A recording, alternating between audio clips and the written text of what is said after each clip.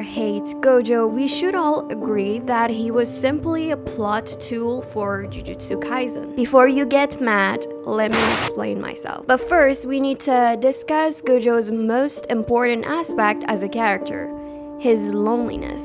So why is Gojo so lonely? Besides having a rather difficult and childish personality, it's because he's at the top. And being at the top always comes with a price. Being strong could cause you to leave people behind, the people that you love and care for with all of your heart. Gojo has felt isolated since the day he was born, and the only time in his life where he didn't feel alone was when he met Geto. In his eyes, the years he got to spend with Geto were the most precious years of his life, because that was the only time he felt understood by someone. He was on his level, and in some cases even better than him. Back then, they were the strongest together, and the title didn't only belong to Gojo. The burden of Jujutsu society wasn't on his shoulders alone, and when Geto snapped and couldn't take it anymore, it all fell on Satoru's shoulders. He's been carrying everyone's burden since he was a kid, and the happiest years of his life ended with his only best friend.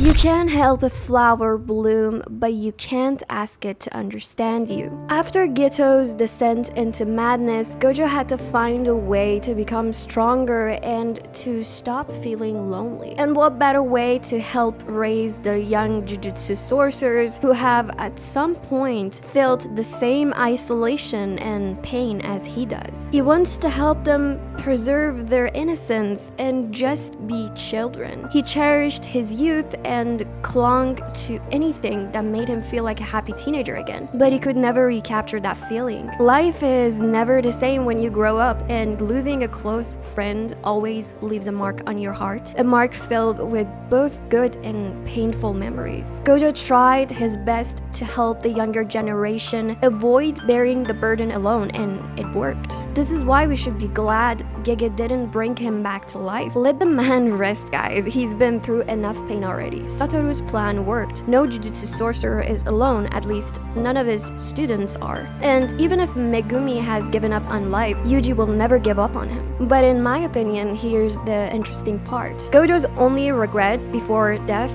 was that he wasn't able to reach Sukuna, to help him understand what it means to have an equal, to not feel lonely, because he was the loneliest man in his generation. He wanted to save a version of himself that could have existed if he didn't have Suguru by his side as his moral compass that day. This is where we see the depth of Jujutsu Kaisen's story. The characters struggle with loneliness. Satoru didn't die alone. He found peace in the afterlife with his loved ones, and he fulfilled his duty as a teacher. Now it's up to the new generation to confront Sukuna's loneliness. Now let's get to the title of this video. Is Gojo Satoru a plot tool and not a good character? To us, absolutely not. But to Gege, well, I would have to say yes. He's brought back Gojo when it's convenient and nerfed him multiple times because he would end the whole series if he were there. Gojo is incredibly important to the plot, and a second of his existence could change the whole trajectory of the story. But I don't think Gege hates Gojo as much as the fandom likes to believe. As far as I know, Nanami was his favorite character and he killed him in the Shibuya arc. So I wouldn't say allowing his emotions towards Gojo to affect how he wants to write him. And he proved he has a clear goal for Gojo's character by not bringing him back. In the next chapters of Jujutsu Kaisen, we will truly realize if Gojo was simply a weapon, a tool, someone blessed by the gods, the strongest, or just the Satoru we all loved. I have to be honest, I was hurt and disgusted when I read chapter 261. As a person who related to Gojo as a character and found him inspiring, I did not want him back like this. I didn't want to see him get used as if he were just a toy to everyone he knew. It's heartbreaking because some of us wanted him to find peace, and I believe the story could have advanced without Yuta's decision to use Gojo's body. But I hope I was hurt and angry because Gege wanted me to feel that way, not because the writing in Jujutsu Kaisen is going downhill. And it could easily go downhill if Gege decides to use Gojo's body to prove he is only special because of the power he was born with,